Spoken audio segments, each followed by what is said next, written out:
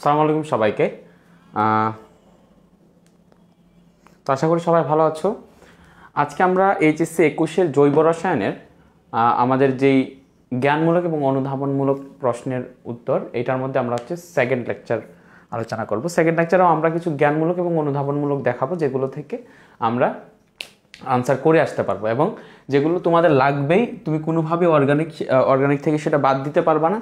কেন দিতে পারবে না সেটাও তুমি জানো, কারণ কি, যদি প্রশ্ন যদি মিক্সড করে আসে তখন কিন্তু তুমি কোনোভাবেই আলটিমেটলি কী পারবা না, কোনোভাবেই তুমি এড়ায় যেতে পারবে না। ধরো তড়িৎ রসায়নের একটা গ ঘ আসলো, তার সাথে দিয়ে দিল হচ্ছে তোমার জৈব রসায়নের ক খ, কোনোভাবেই তুমি এড়ায় যেতে পারবে। ঠিক আছে, ওকে। আচ্ছা, এখন মনে হয় যে আশা করি বোর্ডের যে প্রবলেমটা ছিল সেই প্রবলেমটা সলভ হয়েছে। হ্যাঁ, তো দেখো, তাহলে আমাদের হচ্ছে HSC 21, HSC 21 organic chemistry CQ and MCQ. ঠিক আছে, সিকিউ অ্যান্ড এমসিকিউ। লেকচার হচ্ছে আমাদের 2 নম্বর লেকচার। দেখো, শুরু করতেছে। আমি অ্যানালাইসিস করছি তো যে এতদিন যে বোর্ডে কী কোশ্চেন আসছে, ঠিক আছে, অ্যানালাইসিস করেই কিন্তু তোমাদেরকে পড়াচ্ছি। তো আজকে আমরা প্রথমেই যেটা পড়বো সেটা হচ্ছে, তোমাকে দিল যে ইথাইল নাইট্রাইল আর অ্যারাইল নাইট্রাইল। ইথাইল নাইট্রাইল মানে হচ্ছে তোমার দেখো CH3NH2। ঠিক আছে, অর্থাৎ এটা হচ্ছে একটা এলিফেটিক এমিন, আর একটা হচ্ছে এরোমেটিক এমিন। এরোমেটিক এমিন মানে যেটার মধ্যে হচ্ছে তোমার এটা হচ্ছে বেনজিন এবং এটার মধ্যে তোমার নর্মালি NH2 সংযুক্ত আছে।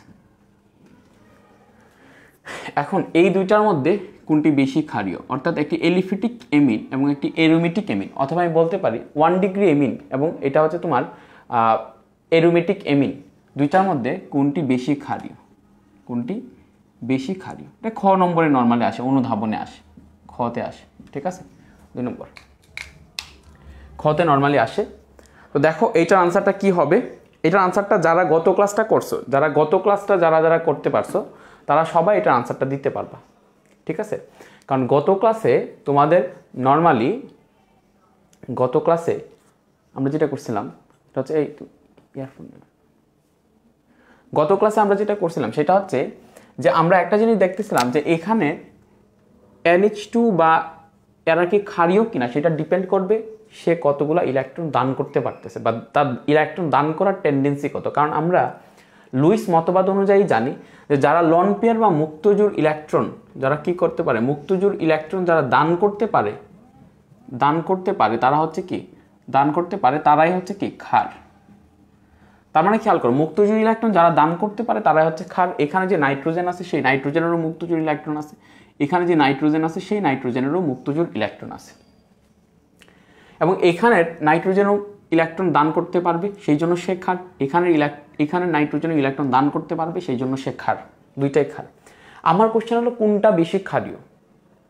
গত ক্লাসটা যদি করে থাকো তাহলে তোমার একটা জিনিস তোমার মাথায় থাকবে অলওয়েজ, আমি তোমাদেরকে বারবার বলতেছিলাম গত লেকচারে, যে অ্যালকাইল গ্রুপ যদি কখনো যুক্ত থাকে, অর্থাৎ CH3 বা C2H5 এরকম অ্যালকাইল যদি কোনো গ্রুপ যুক্ত থাকে, তাহলে তারা পজিটিভ ইন্ডাকটিভ ইফেক্ট দেয় বা তারা আবেশীয় প্রভাবের কারণে তারা কি করে, নিজেদের যে বন্ধনকৃত ইলেকট্রন আছে সেগুলো সে যেই পরমাণুর সাথে সংযুক্ত সেই পরমাণুর দিকে ঠেলে দেয়। এজ এ রেজাল্ট যেটা হবে সেটা হচ্ছে এখানে যে NH2 আছে, এখানে 2টা হাইড্রোজেন আছে, তার এখানে কি করবে, CH3 যেটা যুক্ত আছে সেই CH3 এখানে তাদের মধ্যকার যে বন্ধনের যে ইলেকট্রন, সেই বন্ধনের ইলেকট্রনকে এই নাইট্রোজেনের দিকে ঠেলে দিবে। অর্থাৎ তখন নাইট্রোজেনের এখানে যে ইলেকট্রনের যে ডেনসিটি বা ইলেকট্রনের যে ঘনত্ব, সেই নাইট্রোজেনের ইলেকট্রনের ঘনত্ব বাড়বে। তার মানে নাইট্রোজেনের ইলেকট্রনের ডেনসিটি বা ঘনত্ব যদি বাড়ে, তাহলে এখানে নাইট্রোজেনের ইলেকট্রন দান করার ক্যাপাবিলিটি বা সামর্থ্য বাড়বে। তোমার ধরো যে টাকা আছে, তোমাকে আরও কেউ টাকা দিতেছে, তাহলে তোমার টাকা দান করার পসিবিলিটি বাড়বে, ক্যাপাবিলিটি বাড়বে, ক্যাপাসিটি বাড়বে, সামর্থ্য বাড়বে, তাই তো? তাহলে এটা হচ্ছে এলিফেটিক এমিন। কিন্তু এরোমেটিক এমিনের ক্ষেত্রে কি হয়, যে এখানে যে বেনজিন যেটা থাকে, যেই বেনজিনটা থাকে বা যেই অ্যারাইল যে গ্রুপটা থাকে সেই গ্রুপটা হচ্ছে তোমার রেজোনেন্স স্ট্রাকচারে থাকে, অর্থাৎ কনজুগেশন অবস্থায় থাকে। অর্থাৎ আমি বলি এটা একটা এরোমেটিক যৌগ, তাই তো? এরোমেটিক যৌগ। ইভেন এতটুকু জিনিস মাথায় রাখো, এরোমেটিক যৌগগুলোকে কেন আলাদাভাবে একটা ক্লাসিফিকেশন করার দরকার পড়ছে, অ্যারোমেটিক যৌগগুলোকে কেন আলাদাভাবে ক্লাসিফাই করার দরকার পড়ছিল? গত ক্লাসে আমি শুরুতে অ্যারোমেটিক যৌগ পড়াইছি। অ্যারোমেটিক যৌগগুলোকে আলাদাভাবে ক্লাসিফাই করার দরকার হয়েছে যে অ্যারোমেটিক যৌগগুলো হচ্ছে খুব বেশি স্থায়ী, খুব বেশি সুস্থিত। এটা স্থায়িত্বের অনেকগুলো কারণ আছে, রেজোনেন্স বা কনজুগেশন। সো এইটা হচ্ছে খুব বেশি স্থায়ী। যেমন তোমাকে যদি আমি দিই একটা বেনজিন, সেই বেনজিন খুব বেশি স্থায়ী। তোমাকে যদি যে একটা ফিউরান, সেটা খুব বেশি স্থায়ী। অ্যারোমেটিক যৌগগুলো হচ্ছে খুব বেশি স্টেবল, খুব বেশি স্থায়ী। এবং তারা তাদের এখানে ইলেকট্রন যে কেউ আইসা তাকে ইলেকট্রন দিবে সেটাও তারা চায় না, এবং তাদের থেকে যে ইলেকট্রন কেউ নিয়ে যাবে সেটাও তারা চায় না। এবং আলটিমেটলি যেটা হয় সেটা হচ্ছে অ্যারোমেটিক যৌগগুলো এই কারণে তোমার এডিশন বা ইলিমিনেশন রিয়াকশন নর্মালি দেয় না, অর্থাৎ সংযোজন বা বিয়োজন বিক্রিয়া নর্মালি দেয় না, কারণ তারা তাদের ওই যে কাঠামোটা আছে, রেজোনেন্স যে স্ট্রাকচারটা আছে সেটাকে তারা নষ্ট করতে চায় না। তারা দেয় যেটা, সেটা হচ্ছে প্রতিস্থাপন বিক্রিয়া করলে আলটিমেটলি ইলেকট্রনের কোনো বারে কমে না, সেম ইলেকট্রনই থাকে। সো তাদের কোনো সমস্যা হয় না। সো এই জন্যই বলতেছিলাম যে এখানে যে অ্যারোমেটিক যে গ্রুপটা যুক্ত আছে এটা খুব বেশি স্টেবল। এটা খুব বেশি স্টেবল হওয়ার কারণে এইটা কি করবে, এই নাইট্রোজেনকে তার দিকে ইলেকট্রন কি করবে না, ইলেকট্রন ঠেলে দিবে না। সো যার ফলে যেটা হবে সেটা হচ্ছে, দেখো তার মানে এখানে যে নাইট্রোজেন আছে, এখানে নাইট্রোজেন আছে, দুইটারই মুক্তজোড় ইলেকট্রন আছে, দুইটারই ইলেকট্রন দান করার ক্যাপাবিলিটি আছে, দুইটাই ক্ষার। কিন্তু আমি যদি বলি tendency car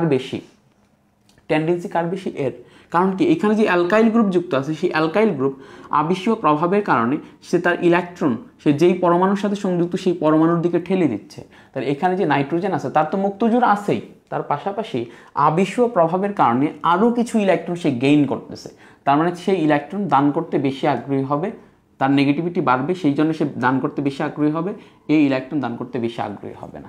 that means ক্ষারীয় এলিফ্যাটিক amine হচ্ছে অ্যারোমেটিক অ্যামিন থেকে বেশি ক্ষারীয়। ঠিক আছে, সবাই বুঝতে পারছো?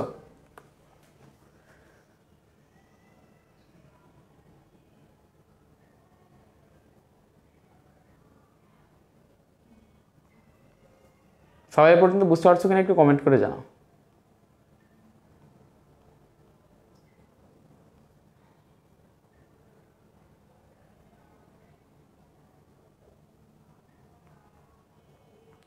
সবাই এতটুকু বুঝতে পারছো কিনা? দেখো গত ক্লাসে জাস্ট একটা জিনিস পড়াইছিলাম, সেই একটা জিনিস দিয়ে কত কিছুর আনসার দেওয়া যাচ্ছে।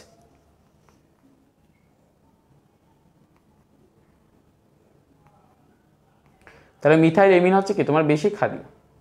আচ্ছা, তারপরে যাই। দেন আমরা যেটা দেখবো সেটা হচ্ছে আরও একটি গ্রুপের কোশ্চেন, অর্থাৎ আমি অনেকগুলো কোশ্চেন অ্যানালাইসিস করে আমি কয়েকটা গ্রুপ তৈরি করছি যে এই গ্রুপ থেকে জ্ঞানমূলক এবং অনুধাবনমূলক কোশ্চেন আসতে পারে, এই গ্রুপ থেকে জ্ঞানমূলক এবং অনুধাবনমূলক কোশ্চেন আসতে পারে। ঠিক আছে, এরকম একটা গ্রুপ তৈরি করছি। দেখো তো এখন এরকম একটা গ্রুপ হচ্ছে যে তোমাকে এরকম আসতে পারে যে ethene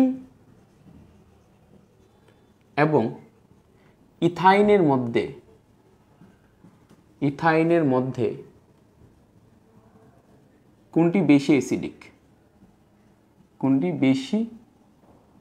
acidic, which is the more acidic, ethene or ethyne. আরেকটা আসে যে এইখানে গ্রুপ থেকে আরেকটা আসে যে অ্যালকাইন 1 অম্লধর্মী হলেও বা অ্যাসিডিক হলেও অ্যালকাইন 2 কেন অ্যাসিডিক না বা অম্লধর্মী না বা কম অম্লধর্মী বলা যায় এটা। অথবা আরেকটা কোশ্চেন আসে জাস্ট এভাবে আসে যে অ্যালকাইন 1 কেন অম্লধর্মী, এই টাইপের কোশ্চেন আসতে পারে। ঠিক আছে, এইটা একটা গ্রুপ যে গ্রুপ থেকে কোশ্চেন নর্মালি ইজিলি আসতে পারে। আচ্ছা, তো এখন আমি ইথিন এবং ইথাইনটার মধ্যে দেখাই ইথাইনের মধ্যে কোনটা বেশি অ্যাসিডিক। তো ইথিন এবং ইথাইন না দেখাই আমি পুরো জিনিসটাই দেখাই, ইথিন ইথাইন তিনটাই দেখাই যে এদের মধ্যে কোনটা বেশি অ্যাসিডিক, কেন বেশি অ্যাসিডিক। তো দেখো, তাহলে ধরো এখানে হচ্ছে আমাদের কার্বন আছে, এখানে আমরা প্রথমে দিব ইথেন, তার মানে কার্বনের সাথে এখানে 3টা হাইড্রোজেন দিব, 1 দেন 2 দেন 3, দেন এখানে আমাদের কার্বনের সাথে একক বন্ধন আছে, তো 1 2 3, এটা হচ্ছে ইথেন, এটা হচ্ছে কি ইথেন। আচ্ছা, আর ইথিনটা হচ্ছে তোমার এরকম নর্মালি সি দেন ডাবল বন্ড সি, দেন এখানে একটা হাইড্রোজেন, দেন এখানে একটা হাইড্রোজেন, এখানে একটা হাইড্রোজেন, দেন এখানে একটা হাইড্রোজেন, এটা হচ্ছে ইথিন। ঠিক আছে। আচ্ছা, আর ইথাইন কি, সেটা হচ্ছে ইথাইন হচ্ছে তোমার সি ট্রিপল বন্ড সি, দেন এখানে একটা হাইড্রোজেন, জাস্ট এখানে একটা হাইড্রোজেন, এটা হচ্ছে ইথাইন। ঠিক আছে, ওকে। তো এই ব্যাপারটার এখানে কোনটা বেশি অ্যাসিডিক এই ব্যাপারটা ব্যাখ্যা দেওয়া যায় হাইব্রিডাইজেশন বা সংকরায়নের মাধ্যমে। তুমি মাথায় রাখো এটা কি দিয়ে ব্যাখ্যা দেওয়া যায়, হাইব্রিডাইজেশন বা সংকরায়নের মাধ্যমে, হাইব্রিডাইজেশন বা সংকরায়নের মাধ্যমে, সংকরায়নের মাধ্যমে, হাইব্রিডাইজেশন বা সংকরায়নের মাধ্যমে এটা ব্যাখ্যা দেওয়া যায়। আচ্ছা, তো আগে আমাকে বলো, আগে আমরা একটা নর্মাল ইনিশিয়াল একটা কনসেপ্ট তৈরি করে নেই, ইথিন এবং ইথাইনের মধ্যে কোনটি বেশি অ্যাসিডিক। আমি তোমাকে আনসারটা বলে দিই, ইথাইন বেশি অ্যাসিডিক। এখন আমি যখন বলবো ইথাইন বেশি অ্যাসিডিক, তার মানে ইথাইনের H+ দান করার টেন্ডেন্সি বেশি। কারণ অ্যাসিড মানে কি, আর্হেনিয়াস মতবাদ অনুযায়ী অ্যাসিড হচ্ছে তারা যারা জলীয় দ্রবণে H+ দান করতে পারে। এটা আর্হেনিয়াসও আবার তারপরে যে মতবাদটা দিচ্ছে, যারা আমার মাথা থেকে সব চলে গেছে, ঠিক আছে, ওই মতবাদ অনুযায়ী যারা প্রোটন দান করতে পারে তারা কি অ্যাসিড।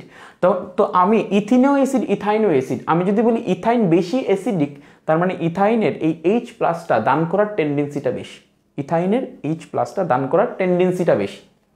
এখন আমার কোশ্চেন হলো যে ইথাইনের এই H+টা দান করার টেন্ডেন্সিটা কেন বেশি।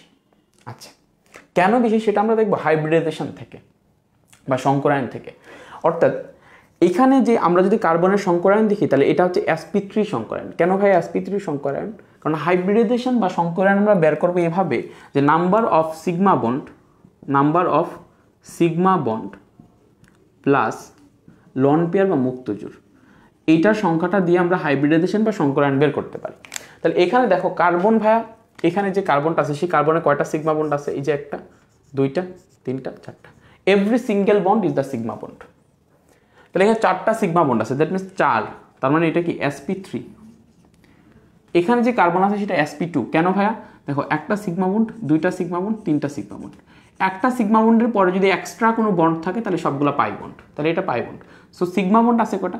3টা, তাহলে এটা হচ্ছে sp2, s একটা হচ্ছে sp2। আর এটার মধ্যে দেখো, এই যে দেখো এই কার্বনটার মধ্যে এই যে একটা সিগমা, এই যে একটা সিগমা, একটা সিগমার পরে যদি কোনো বন্ধন গঠিত হয় সেগুলো এক্সট্রা বন্ধনগুলো পাই বন্ধন, তাহলে এইগুলো পাই বন্ধন। নাম্বার অফ সিগমা বন্ড কত? 2টা, লন পেয়ার নাই, সো এটা হচ্ছে sp হাইব্রিডাইজেশন। এটা হচ্ছে কি sp হাইব্রিডাইজেশন। এবং যখন হাইব্রিডাইজেশন বা সংকরায়ন হয় তখন কি হয়, নর্মালি কতগুলো অরবিটাল মিলে নতুন অরবিটাল তারা ফর্ম করে, তাই তো। এখানের একটা s, এটা যেহেতু sp3 হাইব্রিডাইজেশনে গঠিত, এখানের কার্বনগুলো যেহেতু sp3 hybridised, so sp3 hybridization হওয়ার কারণে এখানের কার্বনগুলার যেই একটা s অরবিটাল এবং 3টা p অরবিটাল তারা মিলিত হবে নতুন 4টা অরবিটাল ফর্ম করে। ঠিক আছে, সংকরায়নের বেসিক কনসেপ্ট যদি কারো না জানা থাকে, সংকরায়নের বেসিক কনসেপ্ট যদি কারো না জানা থাকে, একটু কষ্ট করে, এটা তোমাদের জানা থাকার কথা যেহেতু এইচএসসি 21 ব্যাচের স্টুডেন্ট, তারপরেও যদি কারো না জানা থাকে, সংকরায়নের আমার 6 থেকে 7 ঘন্টার লেকচার আছে কুইক অনলাইন স্কুলে, যাবা গিয়ে এইচএসসি কেমিস্ট্রি, অর্গানিক কেমিস্ট্রি যে প্লেলিস্ট আছে সেটা বের করবা, সেখানে দেখবো যে সংকরায়নের 4টা লেকচার ওপেন করা আছে, সেই 4টা লেকচার দেখে নিবা। তো এখানে যেটা হয়, জিনিসটা আমি তোমাকে ইনিশিয়াল একটা কনসেপ্ট ইনিশিয়াল দাঁড় করাই দিই। দেখো এখানে কি হয়, এখানে হচ্ছে একটা s আর 3টা p একসাথে, ধরো একটা s হচ্ছে এটা হচ্ছে একটা s অরবিটালটা তো এরকম গোল একটা s, আর এরকম 3টা p অরবিটাল। তো p অরবিটালগুলো তো এরকম ডাবল ডাম্বেল শেপড হয়, তাই না, এরকম p অরবিটাল, এরকম p অরবিটাল, 3টা p অরবিটাল মিলিত হবে, তারা কি করে নতুন 4টা অরবিটাল ফর্ম করে, এবং 4টা অরবিটালই সেম শেপটের, 4টা অরবিটালই সেম শেপটের। তো 4টা অরবিটাল যদি সেম শেপটের হয় তাহলে 4টা অরবিটালকে আমি এরকম দেখাইতে পারি, 4টা অরবিটাল নর্মালি এরকম থাকে আর কি, সংকর অরবিটাল বলা যায়, সংকর sp3 অরবিটাল, এগুলো হচ্ছে সংকর sp3 অরবিটাল। আমি দেখি দেখা যাচ্ছে কিনা, সরি দেখা যাচ্ছে না। ওকে, দেখা যদি না যায় তাহলে কী করা যায়? ওকে, আমাদের উপরের এই জায়গাটা দরকার না, আমি একটু ক্যামেরাটাকে একটু নিচে নামায় দিই।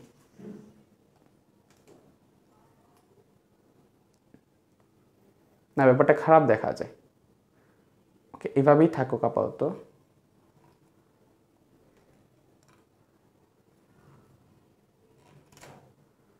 আচ্ছা, এইভাবেই থাকুক, আমি পাশে দেখাই, খেয়াল করো। নাহলে এখানে দেখাই, খেয়াল করো। এখানে তো আমরা পুরো কোশ্চেনগুলো আবার লিখবো না, সমস্যা নেই। খেয়াল করো, এখানে যেটা হয় সেটা হচ্ছে এই sp3, এটা হচ্ছে একটা s অরবিটাল, এটা হচ্ছে px, এটা হচ্ছে py, এটা হচ্ছে pz। এই চারটা অরবিটাল মিলে তারা কি করে, তারা আরো নতুন এই চারটা অরবিটাল একসাথে মিক্সড হয়ে যায়, মিক্সড হয়ে তারা চারটা অরবিটাল ফর্ম করে। যে চারটা অরবিটাল হচ্ছে তোমার এরকম শেপ, হচ্ছে sp3 হাইব্রিডাইজড অরবিটাল। এই অরবিটালগুলোর নাম হচ্ছে sp3 অরবিটাল। আচ্ছা, আর এখানে হচ্ছে sp2 হাইব্রিডাইজেশন ঘটে। sp2 হাইব্রিডাইজেশন মানে এখানে একটা s অরবিটাল এবং দুইটা p অরবিটাল, এরকম দুইটা লম্বা লম্বা p অরবিটাল একসাথে তোমার সংকরায়িত হয়, এবং এই একটা s অরবিটাল এই দুইটা p অরবিটাল মিলিত হবে তার আরও নতুন তিনটা অরবিটাল ফর্ম করে। এবং একটা জিনিস মাথায় রাখবা, এখানে যে অরবিটাল শেপ এটা একটু বেশি লম্বা, কারণ এখানে p ক্যারেক্টার বেশি, কারণ এখানে লম্বা বেশি মিশ্রিত হয়েছে। আর এখানে লম্বা কম মিশ্রিত হয়েছে, যে কারণে এখানে যে অরবিটালগুলো আমরা পাবো সেই অরবিটালগুলো আগেরটি থেকে একটু লম্বা না পেয়ে আমরা একটু গোলাকার শেপটের পাবো, মানে মোটা শেপটের পাবো, এরকম শেপটের 1 2 3। এগুলা কেন আগেরগুলা থেকে খাটো হয়েছে? কারণ এগুলাতে পি ক্যারেক্টার কম, ঠিক আছে? পি ক্যারেক্টার কম, পি তো লম্বা অরবিটাল, সো লম্বা অরবিটাল যত বেশি হবে আমার যেই সংকরিত যে অরবিটালগুলো আছে সেই সংকরিত অরবিটালগুলো একটু বেশি লম্বা হবে। আচ্ছা, sp অরবিটাল মানে একটা s আর একটা p, দ্যাট মিনস এটার মধ্যে p ক্যারেক্টার হচ্ছে কম, সব থেকে কম। সো এটার মধ্যে এটা যেটা হবে সেটা হচ্ছে এই দুইটা মিশ্রিত করে যদি নতুন দুইটা অরবিটাল ফর্ম করি, এটা মোটামুটি এরকম গোলাকার শেপটের হবে। এটা হচ্ছে এটা থেকে লম্বাই কম। কেন লম্বাই কম? কারণ লম্বা অরবিটাল এটার মধ্যে কম আছে, sp হাইব্রিডাইজ। জিনিসটা বোঝাই, খেয়াল করো। একটা মানে সামান্য মানে তোমার ইয়ার মাধ্যমে বোঝায়, এটা কি বলে, উদাহরণের মাধ্যমে বোঝায়। ধরো এখানে s অরবিটাল, যদি অরবিটালের দৈর্ঘ্য 2 সেন্টিমিটার 3 সেন্টিমিটার হয় না, সেন্টিমিটার এককে আসেই না। ধরো এখানে s অরবিটাল দৈর্ঘ্য হচ্ছে 2 সেন্টিমিটার, p অরবিটালের দৈর্ঘ্য হচ্ছে 10 সেন্টিমিটার, তাহলে এটা 10 সেন্টিমিটার, এটা 10 সেন্টিমিটার, এটা 10 সেন্টিমিটার। সবগুলোকে একসাথে মিশ্রিত করো, তাহলে আমি টোটাল লেংথ কত পাই? 32 সেন্টিমিটার, তাই তো? টোটাল লেংথ পাই 32 সেন্টিমিটার। 32 সেন্টিমিটার থেকে আমি কাট করে যদি আমি এরকম চারটা সমান অরবিটাল বানাই, তাহলে প্রত্যেকটা দৈর্ঘ্য আসে 8 সেন্টিমিটার। তার মানে এগুলো প্রত্যেকটা হচ্ছে 8 সেন্টিমিটার করে, 8 সেন্টিমিটার করে। যদিও অরবিটাল কখন সেন্টিমিটার এককে আসবে না, তারপরেও যে বোঝানোর জন্য। এখানে s কত 2, আর p তো আগে থেকে আমরা 10 জুড়ে রাখছি 10, দ্যাট মিনস এখানে হচ্ছে 22, এখানে হচ্ছে 22 সেন্টিমিটার। আমরা সুতাটা করে আমরা কি করলাম, আমরা আর তিনটা অরবিটাল বানাইছি, দ্যাট মিনস এটাকে 3 দিয়ে ভাগ দিলে আসে হচ্ছে তোমার 7 পয়েন্ট সামথিং, 7 পয়েন্ট ধরো 1 বা 2, 7 পয়েন্ট আমরা 3 আসে মনে হয়, ধুর ভাগেই দিই না। 3 সাথে 21, 21 1 0 কী রে ভাই, আমি কি ম্যাথমেটিক্স বিলে গেছি নাকি? 7 3.1 কী রে, 7 দিয়ে কেন ভাগ দিলাম? 3 দিয়ে ভাগ দিব স্যার। 3 সাথে 21, 3 3 9, সো 7.3 সামথিং আসে, ঠিক আছে? 7.3 সামথিং আসে, 7.3 সেন্টিমিটার। দ্যাট মিনস এখানে প্রত্যেকটা দৈর্ঘ্য হচ্ছে 7.3 সেন্টিমিটার, 7.3 সেন্টিমিটার। আর এখানে s এর দৈর্ঘ্য কত 2, এটার দৈর্ঘ্য কত 10, তাহলে 10 to 12 আমি এটা থেকে দুইটা অরবিটাল বানাইছি, তাহলে প্রত্যেকটা দৈর্ঘ্য 6 করে, দ্যাট মিনস এটা 6। এখন আশা করি তোমাদের বুঝার কোনো সমস্যা হওয়ার কথা না, যে sp3 যেই অরবিটালগুলো আছে সেই অরবিটালগুলোর দৈর্ঘ্য বেশি, sp2 যেই অরবিটালগুলো আছে সেই অরবিটালগুলোর দৈর্ঘ্য আর একটু কম, sp অরবিটালের দৈর্ঘ্য আরও কম, অর্থাৎ সব থেকে কম দৈর্ঘ্য হচ্ছে sp অরবিটালের। কেন? কারণ সেইখানে p ক্যারেক্টার কম। এখানে দেখো s কত পার্সেন্ট ছিল, চারটার মধ্যে s ছিল একটা, দ্যাট মিনস s এর ক্যারেক্টার ছিল 25%, s ছিল 25%। এখানে S কত ছিল? S ছিল হচ্ছে তোমার 33, দেখো তিনটা অরবিটাল S P P, তিনটাকে 100 ধরো, তাহলে S একটা, তাহলে কত আসে? 3/1, তার মানে কত? 33.33%। এখানে S ক্যারেক্টার কত? 50%, তাই না? 50S 50P। অর্থাৎ এটাকে আমরা এভাবেই বলতে পারি, S ক্যারেক্টার অরবিটালে, শঙ্কর অরবিটালের S ক্যারেক্টার যত বাড়ছে অথবা P ক্যারেক্টার যত কমছে, অরবিটালের যে শেপ, অরবিটালের যে লেংথ, সেই অরবিটালের, শঙ্কর অরবিটালের লেংথ কমে গেছে। sp3 অরবিটাল হচ্ছে সব থেকে বেশি দৈর্ঘ্যের, sp2 অরবিটাল হচ্ছে সব থেকে মাঝামাঝি, আর sp অরবিটাল হচ্ছে সব থেকে কম লেংথের। এতটুকু জায়গা বুঝছো কিনা একটু কমেন্ট করে জানাও। এতটুকু জায়গা বুঝছো কিনা একটু কমেন্ট করে জানাও।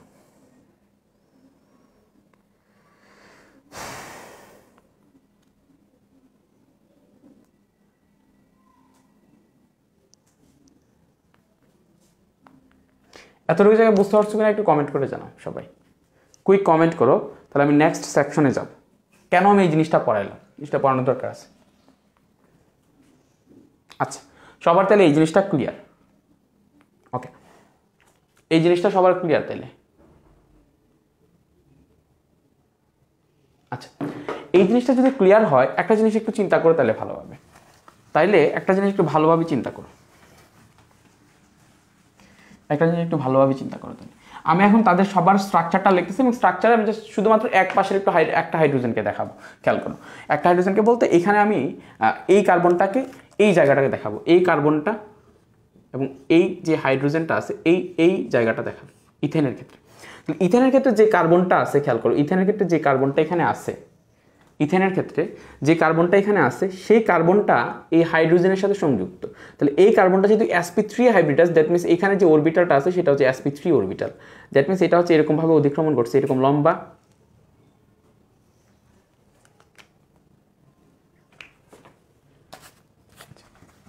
তাহলে এখানে দেখো, এটা হচ্ছে তোমার একটা কার্বন, আমি জাস্ট এই কার্বনটাকে দেখাচ্ছি, এটা হচ্ছে একটা কার্বন। এই কার্বনটার পরে এখানে অনেক বড় একটা কি আছে তোমার, আছে অরবিটাল, শঙ্কর অরবিটাল। এইটার সাথে এখানে যে হাইড্রোজেন আছে, এখানে যে হাইড্রোজেন আছে, সেই হাইড্রোজেনের কি করছে? অধিক্রমণ করছে। এবং এইখানে কার্বনের একটা ইলেকট্রন এবং হাইড্রোজেনের একটা ইলেকট্রন, এইখানে তারা কি আছে?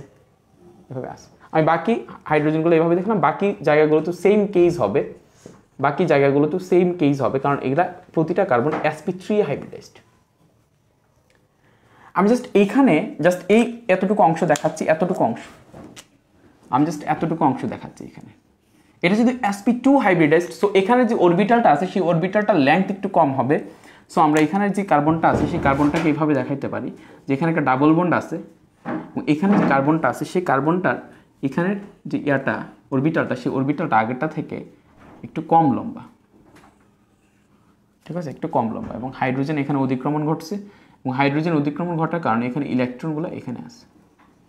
বাকি হাইড্রোজেনগুলো দেখায় দেবো, এখানে একটা হাইড্রোজেন, সেম কেস প্রত্যেকটার ক্ষেত্রেই, বাকি হাইড্রোজেন হাইড্রোজেন।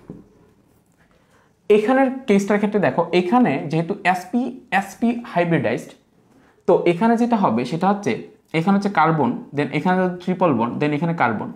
sp হাইব্রিডাইজড হওয়ার কারণে এখানের অরবিটালটা হবে এরকম, লেংথ অনেক কম হবে, এবং এখানে হাইড্রোজেন হচ্ছে অতিক্রমণ করছে, এবং এইদিকে বাকি পাশের হাইড্রোজেনটাকে জাস্ট দেখায় দাও। এখন তুমি একটা জিনিস খেয়াল করো, কার্বন এবং হাইড্রোজেনের মধ্যে কার ইলেকট্রোনেগেটিভিটি বেশি? কার্বন এবং হাইড্রোজেনের মধ্যে কার্বনের ইলেকট্রোনেগেটিভিটি বেশি, বা তড়িৎ ঋণাত্মকতা কার্বনের বেশি। That means carbon is more electronegative compound atom then hydrogen. তার মানে ইলেকট্রোনেগেটিভিটি বা তড়িৎ ঋণাত্মকতা মানে কি? সমযোজী বন্ধনের শেয়ারকৃত ইলেকট্রনকে নিজের দিকে আকর্ষণ করার ক্ষমতা। সমযোজী বন্ধনের শেয়ারকৃত ইলেকট্রনকে নিজের দিকে আকর্ষণ করার ক্ষমতা। তো এখানে দেখো প্রতিটা জায়গাতে carbon hydrogen, carbon hydrogen, carbon hydrogen. তো এইখানে আমি যদি বলি সমযোজী বন্ধনের শেয়ারকৃত ইলেকট্রনের কোন কোন কন্ডিশনের ইলেকট্রনগুলোকে কার্বন তার নিজের দিকে কাছাকাছি আনতে পারবে? অবভিয়াসলি এটা হবে। কেন হবে আমি বলি, দেখো এখানে দেখো, এটা হচ্ছে কার্বন নিউক্লিয়াস, এখানে তো কার্বনের আছে তাই না, এখানে কার্বনের 6টা নিউক্লিয়াস আছে, দেন নিউক্লিয়াস, তাই তো, এটা তো কার্বন নিউক্লিয়াস। সো এটা হচ্ছে ধরো কার্বন নিউক্লিয়াস, এটা হচ্ছে ধরো একটা কার্বন নিউক্লিয়াস, ঠিক আছে, মাঝখানে প্লাস আছে, ভিতরে প্লাস দিয়ে দিই, বাইরে দেখালে আবার ক্যাটায়ন বুঝবে, প্লাস। এটা হচ্ছে তার এখানে যে 6টা প্রোটন আছে, এখানে হচ্ছে তার 6টা প্রোটন আছে। তো এই সেম জায়গায় 6টা প্রোটন। এখন আমি যদি বলি যে ভাইয়া এখানে যে শেয়ারকৃত ইলেকট্রন, সেই শেয়ারকৃত ইলেকট্রনকে তো এই কার্বন আকর্ষণ করবে, তাই তো? কেন আকর্ষণ করবে? দেখো হাইড্রোজেনের হচ্ছে মাত্র একটা ইলেকট্রন, এখানে হাইড্রোজেনের মাত্র একটা ইলেকট্রন, এখানে হাইড্রোজেনের মাত্র একটা ইলেকট্রন, সরি একটা প্রোটন। সো একটা প্রোটন দুইটা ইলেকট্রনকে খুব বেশি টানতে পারবে না। কার্বনের 6টা প্রোটন কি করবে? দুইটা সমযোজী বন্ধনের শেয়ারকৃত ইলেকট্রনকে তার নিজের দিকে আকর্ষণ করবে, এবং এই আকর্ষণ করার কারণে এখানের যেই হাইড্রোজেন আছে, হাইড্রোজেনের যে ইলেকট্রনটা শেয়ার করছে সেইটাও কার্বনের দিকে আসবে। সো আলটিমেটলি হাইড্রোজেনের H+ রূপে বের হয়ে যাওয়ার টেন্ডেন্সি ক্রিয়েট হবে। এখন এই টেন্ডেন্সিটা কোনটার মধ্যে বেশি হবে, কোনটার মধ্যে কম হবে খেয়াল করো। এখানে কার্বন নিউক্লিয়াস এবং সমযোজী বন্ধনের শেয়ারকৃত ইলেকট্রনের মধ্যে দূরত্ব বেশি, এখানে কার্বন নিউক্লিয়াস এবং সমযোজী বন্ধনের মধ্যে শেয়ারকৃত ইলেকট্রনের দূরত্ব একটু কম। এখানে কার্বন নিউক্লিয়াস এবং সমযোজী বন্ধনের মধ্যে শেয়ারকৃত ইলেকট্রনের দূরত্ব সব থেকে কম। তাতে যেটা হবে, দূরত্ব যদি কম থাকে আকর্ষণ বেশি হবে, তখন ইলেকট্রনগুলো এইটার মধ্যে, এই কন্ডিশনের ক্ষেত্রে ইলেকট্রনগুলো কার্বন নিউক্লিয়াসের খুব বেশি কাছাকাছি চলে আসবে। এটার মধ্যে কার্বন নিউক্লিয়াসের কাছাকাছি আসবে, বাট টেন্ডেন্সিটা কম হবে। এটার ক্ষেত্রে কাছাকাছি আসবে, বাট টেন্ডেন্সি আরও কম হবে। কেন টেন্ডেন্সি কম হবে? তাতে তো দূরত্ব বেশি মানে কি আকর্ষণ কম। এটা তো কাছাকাছি আছে ইলেকট্রনগুলো, তখন কার্বন কি করবে? ইলেকট্রনগুলোকে স্ট্রংলি অ্যাট্রাক্ট করে ইলেকট্রনগুলোকে তার নিজের দিকে নিয়ে আসবে। হোয়াট ডাজ ইট মিন?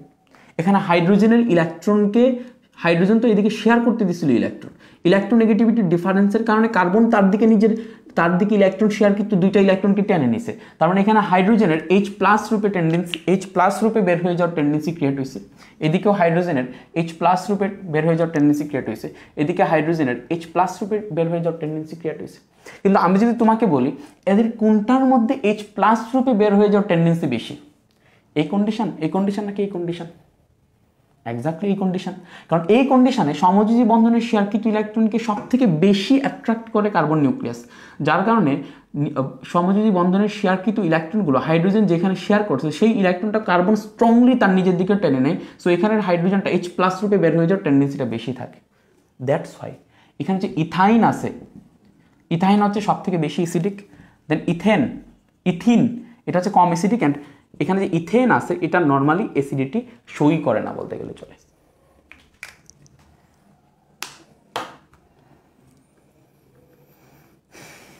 বুঝতে পারছো কেন ইথাইন বেশি অ্যাসিডিক, কেন ইথিন কম অ্যাসিডিক, কেন ইথেন? তোমার সবাই বুঝতে পারছো কিনা কমেন্ট করে জানাও দেখি একটু। সবাই বুঝতে পারছো কিনা কমেন্ট করে জানাও। আমি বলে দেবো যে পরীক্ষার হলে কিভাবে লিখতে হবে।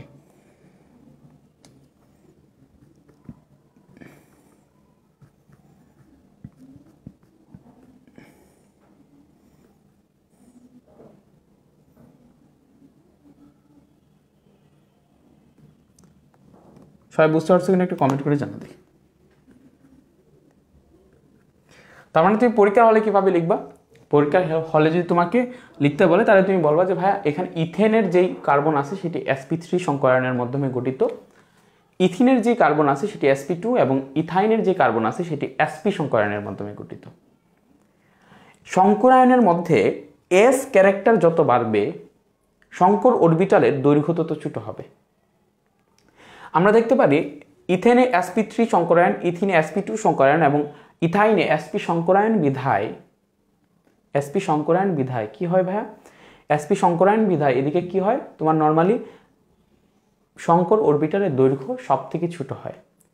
সেই কারণে এখানে যে কার্বন নিউক্লিয়াস এবং সমযোজী হাইড্রোজেনের সাথে শেয়ারকৃত ইলেকট্রন, সমযোজী বন্ধনের শেয়ারকৃত ইলেকট্রনকে কার্বন নিউক্লিয়াস তার নিজের দিকে বেশি আকর্ষণ করার কারণে এটির সাথে সংযুক্ত হাইড্রোজেন H+ রূপে বা প্রোটন রূপে বের হয়ে যাওয়ার প্রবণতা বেশি থাকে। সেই কারণে ইথিন বা ইথেন থেকে বেশি অম্লীয়।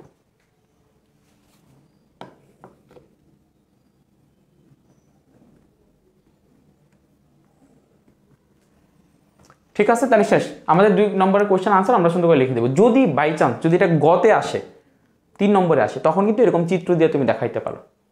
করতে পারো। কিন্তু যদি শুধুমাত্র ক্ষতে আসে এরকম চিত্র দেওয়ার দরকার নাই, বাট যদি পারো ঝটপটে এরকম একটা চিত্র যদি দেখাই দিতে পারো, ইটস দ্য বেস্ট। ঠিক আছে, it will be the best. So এখন তাহলে আমরা এটা পড়ে ফেললাম, এটা আমাদের শেষ। আচ্ছা, এখন তাহলে এটা থেকে ক্ষতে আসতে পারে। আরেকটা বলতেছিলাম যে অ্যালকাইন 1, ঠিক আছে, অ্যালকাইন 1 অম্লধর্মী হলেও অ্যালকাইন 2 কেন অম্লধর্মী না ব্যাখ্যা করো। সেম কন্ডিশনে আসবে, তোমাকে আমি জিনিসটা বুঝাই দেখি। অ্যালকাইন 1 তার মানে আমরা দেখলাম যে অ্যালকাইন, এটার মধ্যে যেহেতু sp হাইব্রিডাইজেশন থাকে, এটার অ্যাসিডিটি বেশি। কিন্তু কোশ্চেনটা হলো যে অ্যালকাইন 1 অ্যাসিডিক হলেও অ্যাসিডিক, বাট অ্যালকাইন 2 অ্যাসিডিক না কেন? অ্যালকাইন 2 ইজ নট অ্যাসিডিক, এক্সপ্লেন। তো এটা একটা এক্সপ্লেনেশন আসতে পারে, অনুধাবনমূলক ক্ষতে আসতে পারে। অ্যালকাইন 1 অ্যাসিডিক হলেও অ্যালকাইন 2 অ্যাসিডিক না কেন? দেখো, তাহলে আগে সংকেতটা লিখো, অ্যালকাইন 1 একটা লিখো। ধরো আমি বিউটাইন 1 লিখি বা প্রোপাইন 1 লিখি। প্রোপাইন আর বিউটাইন 1 লিখি, CH3 CH2 C triple bond CH।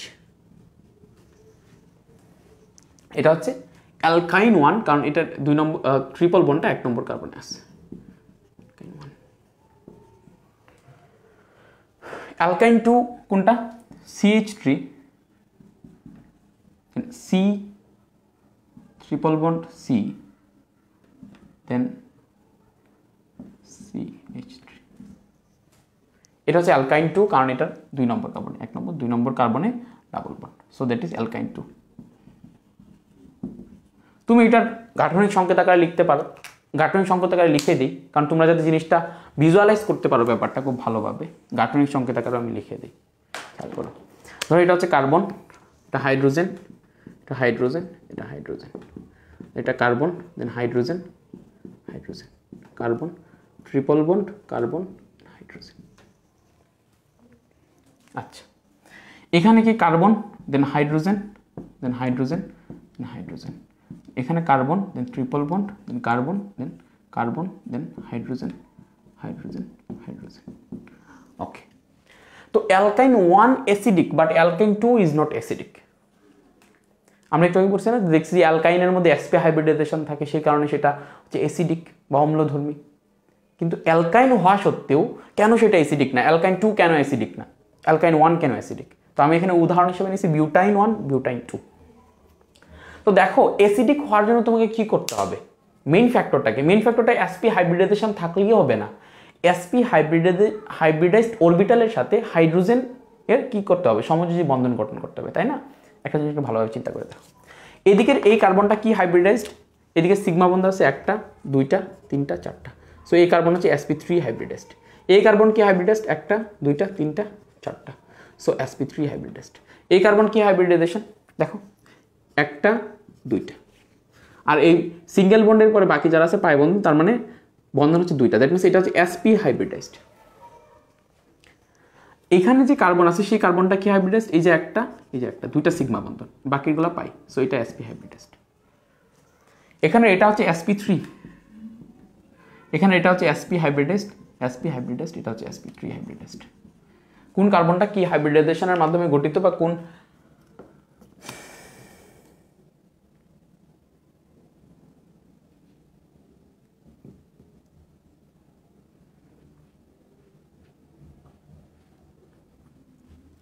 এখন দেখো, এখন মেইন কাহিনীটা দেখো, এখানে অ্যালকাইন 1-এ sp হাইব্রিডাইজড এটা আছে, এটা কি বলে? sp হাইব্রিডাইজড কার্বন আছে এবং তার সাথে হাইড্রোজেন যুক্ত আছে।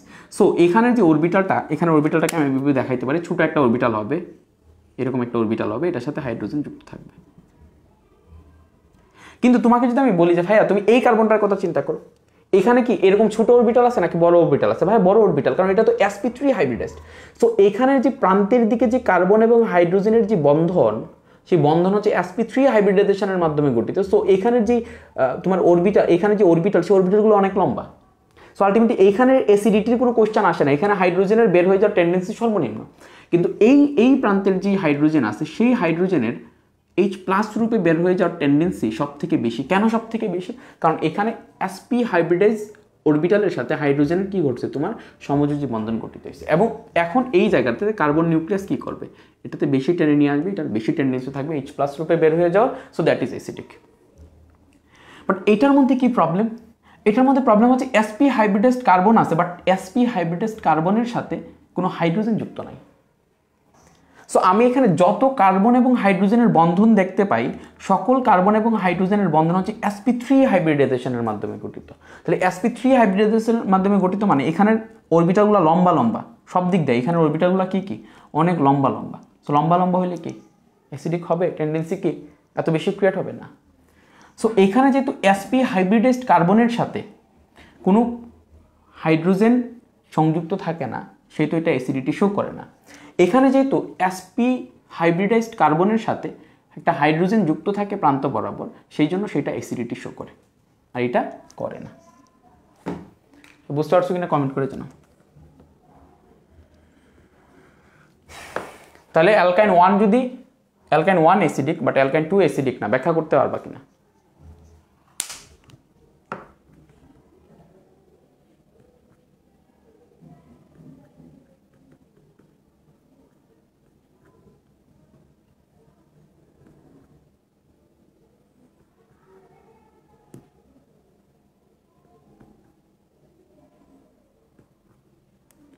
সবাই ক্লিয়ার বুঝতে পারছো কিনা একটু কমেন্ট করে জানাও। সবাই ক্লিয়ারলি বুঝতে পারছো কিনা, এটা ক্লিয়ার হয়েছে কিনা সবার কাছে? ঠিক আছে, সবার কাছে এই জিনিসটা ক্লিয়ার হয়েছে কিনা? যদি এরকমভাবে আসে তাহলে তুমি এটা লিখে দিবা।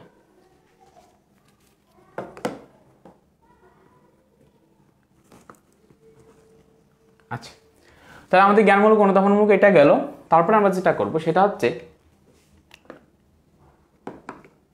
আচ্ছা তো তারপরে আরেকটা সেকশন থেকে জ্ঞানমূলক অনুধাবনমূলক আসে নর্মালি, আরেকটা সেকশন থেকে আসে, আরেকটা সেকশন থেকে জ্ঞানমূলক এবং অনুধাবনমূলক কোশ্চেন আসে নর্মালি, সেটা হচ্ছে গ্রিগনার্ড বিকারক। এটা অনেক সময় জ্ঞানমূলকও আসে যে গ্রিগনার্ড বিকারক কি। এখানে একটা সময় আসে যে গ্রিগনার্ড বিকারক কি, গ্রিগনার্ড রিয়েজেন্ট কি।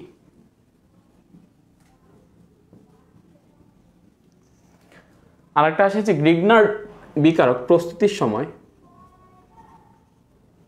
গ্রিগনার্ড রিয়েজেন্ট বা গ্রিগনার্ড বিকারক প্রস্তুতির সময় বা প্রিপারেশনের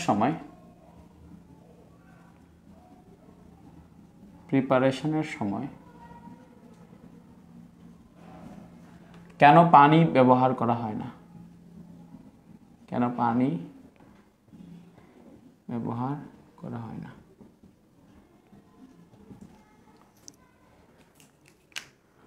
দাঁড়া আমি দেখি এটা কোন সালে আসছিল গ্রিগনার্ড বিকারকের কোশ্চেনগুলা।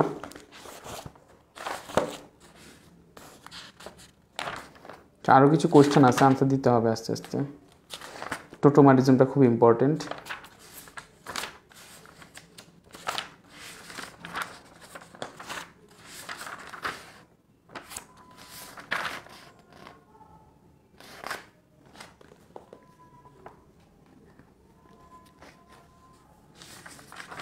আচ্ছা খেয়াল করো,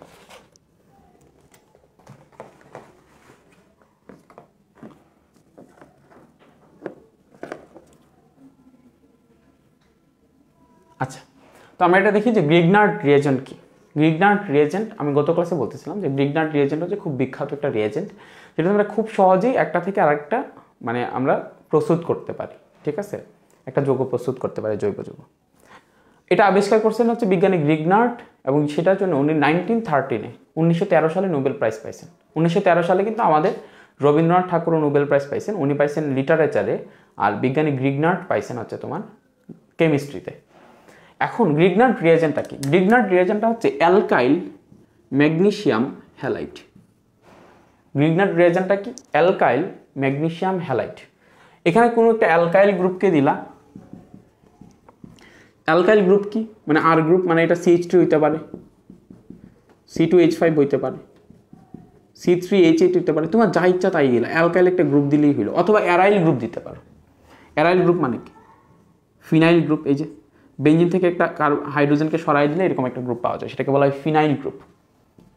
তো এরকম অ্যারাইল বা অ্যালকাইল ম্যাগনেসিয়াম হ্যালাইড, এখানে হ্যালাইড মানে হ্যালোজেন হইতে পারে, chlorine, fluorine, chlorine, bromine, iodine হইতে পারে। এগুলো দিয়ে তুমি, এটা হচ্ছে গ্রিগনার্ড রিয়েজেন্ট। তাহলে গ্রিগনার্ড রিয়েজেন্ট যদি, বা গ্রিগনার্ড বিকারক কি যদি ক নম্বরে আসে তাহলে কি লিখবা? গ্রিগনার্ড বিকারক হচ্ছে অ্যালকাইল বা অ্যারাইল ম্যাগনেসিয়াম হ্যালাইড। অ্যালকাইল বা অ্যারাইল, এটাকে বলা হয় অ্যারাইল গ্রুপ। বেঞ্জিন থেকে একটা হাইড্রোজেনকে সরাই দিলে যেই এটা পাওয়া যায়। নর্মালি আমরা অ্যালকাইল কিভাবে তৈরি করি? অ্যালকেন থেকে একটা হাইড্রোজেনকে সরাই দিই না, CH4, ঠিক আছে। আর আর এটা হচ্ছে ধরো যে benzene, C C C C C,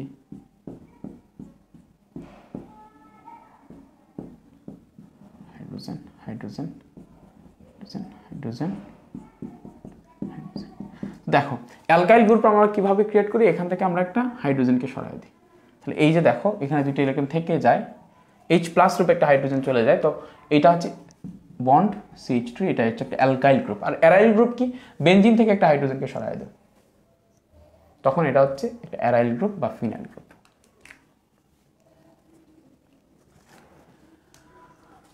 তো এই alkyl magnesium halide, alkyl magnesium halide এটা হচ্ছে কি? অ্যালকাইল বা অ্যারাইল ম্যাগনেসিয়াম হ্যালাইড হচ্ছে গ্রিগনার্ড রিয়েজেন্ট। তুমি একটা উদাহরণ দিয়ে দিলা, যেমন আর এর এখানে নাও CH3, এখানে নেই Mg, এখানে নেই একটা Cl বা Br, তোমার যেটা ইচ্ছা না। তো এটা এক ধরনের গ্রিগনার্ড বিকারক। শেষ। আচ্ছা, সেকেন্ড কন্ডিশনে যাই। সেকেন্ড কন্ডিশন হচ্ছে গ্রিগনার্ড রিয়েজেন্ট প্রিপারেশনের সময় বা গ্রিগনার্ড বিকারক প্রস্তুতির সময় আমরা কেন পানি ব্যবহার করি না। আচ্ছা, গ্রিগনার্ড রিয়েজেন্ট ব্যবহার করলে, পানি ব্যবহার করলে কি হইতো সেটা দেখার আগে গ্রিগনার্ড রিয়েজেন্টটার দিকে একটু তাকাই। এটা খেয়াল করো, এটা হচ্ছে C কার্বন, দেন H3, কার্বনের সাথে এখানে ম্যাগনেসিয়ামের একটা বন্ধন আছে এবং ম্যাগনেসিয়ামের সাথে এখানে ব্রোমিনের একটা বন্ধন আছে। এখন আমাকে বলতে হবে যে এখানে যদি গ্রিগনার্ড রিয়েজেন্টকে যদি আমি বিশ্লেষিত করি ইলেকট্রোনেগেটিভিটির উপর ডিপেন্ড করে, তাহলে কোন অংশটা আংশিক পজিটিভ হবে, কোন অংশটা আংশিক নেগেটিভ হবে। দেখো এইদিকে যে ম্যাগনেসিয়াম আছে, সেই ম্যাগনেসিয়াম যেহেতু ধাতু সেহেতু সে তড়িৎ ধনাত্মক মৌল, সো তার ইলেকট্রো পজিটিভিটি খুব বেশি। এবং এখানে কার্বন এবং ব্রোমিনের মধ্যে ইলেকট্রোনেগেটিভিটি ব্রোমিনের বেশি। তাহলে ব্যাপারটা চিন্তা করো, লজিক্যালি এটা হওয়ার কথা ছিল, ইনিশিয়ালি এটা হওয়ার এরকম কথা ছিল যে এটা হচ্ছে ব্রোমিন, সো ব্রোমিন হচ্ছে হ্যালোজেন মৌল, এটার ইলেকট্রোনেগেটিভিটি বা তড়িৎ ঋণাত্মকতা, এখানে একটা ধাতু যেটার ইলেকট্রো পজিটিভিটি বেশি, তড়িৎ ধনাত্মক মৌল, তো এটা থেকে এটার ইলেকট্রোনেগেটিভিটি বেশি, এটা বেশি ইলেকট্রোনেগেটিভ। সো আলটিমেটলি হওয়ার কথা ছিল যে এখানে যে ব্রোমিন আছে সেই ব্রোমিন এখানে ইলেকট্রনকে তার নিজের দিকে টেনে নিবে, এটা হয়ে যাবে আংশিক নেগেটিভ, এই ম্যাগনেসিয়ামটা হয়ে যাবে আংশিক পজিটিভ। এটা হয়ে যাওয়ার কথা ছিল, বাট এটা হবে না। কেন হবে না? এটা না হওয়ার কজ হচ্ছে যে ভাইয়া এখানে যে ম্যাগনেসিয়াম এবং এখানে যে ব্রোমিন, ম্যাগনেসিয়াম হচ্ছে একটা ধাতু আর এই ব্রোমিন হচ্ছে একটা অধাতু, এবং এটা হচ্ছে এমন একটা অধাতু যেটা নর্মালি কি বন্ধন গঠন করতে পারে? আয়নিক বন্ধন গঠন করতে পারে। এবং এখানে এক্স্যাক্টলি এখানে যে ম্যাগনেসিয়ামটা আছে সেই ম্যাগনেসিয়ামটা, তুমি যদি ম্যাগনেসিয়ামকে ব্রোমিনের সাথে বিক্রিয়া করতে দাও, CH3 দরকার নাই, তাহলে ম্যাগনেসিয়াম কি করবে? ব্রোমিনের সাথে আয়নিক বন্ধন গঠন করবে, তাই না? ম্যাগনেসিয়াম একটা ইলেকট্রন দান করবে, দুইটা ইলেকট্রন দান করবে, দুইটা ব্রোমিন এসে গ্রহণ করবে। দ্যাট মিনস ম্যাগনেসিয়াম এবং ব্রোমিনের মধ্যে আমরা যেই বন্ধনটা দেখতে পারতেছি, ম্যাগনেসিয়াম এবং ব্রোমিনের মধ্যে আমরা যে বন্ধনটা দেখতে পারতেছি, সেই বন্ধনটা সমযোজী বন্ধন না, সেটা হচ্ছে আয়নিক বন্ধন, সেটা আয়নিক ক্যারেক্টার বেশি। কারণ এটার মধ্যে নর্মালি কি বন্ধন গঠিত হয়? আয়নিক ক্যারেক্টার বেশি।